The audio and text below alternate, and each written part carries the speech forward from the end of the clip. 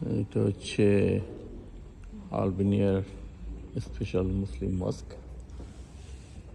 তো এটা মানুষ ঢুকে এবং বের হয়।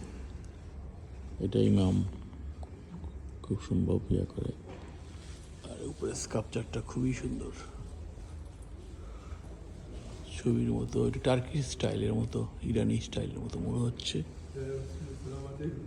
তো এইখানে মানুষ নামাজ পড়ে। তো ঢোকার সময় আমাকে দিল কিছু ডোনেশন, দিছি সামান্য কিছু। তো মোটামুটি এই তো অবস্থা। এই ঝালরটা, স্ট্রাকচারটা খুবই সুন্দর। আর উপরে এই কাঠগুলিতে কি আছে বুঝতে পারতেছি না। ওকে, এটা উপরে একটা এই যে উপরে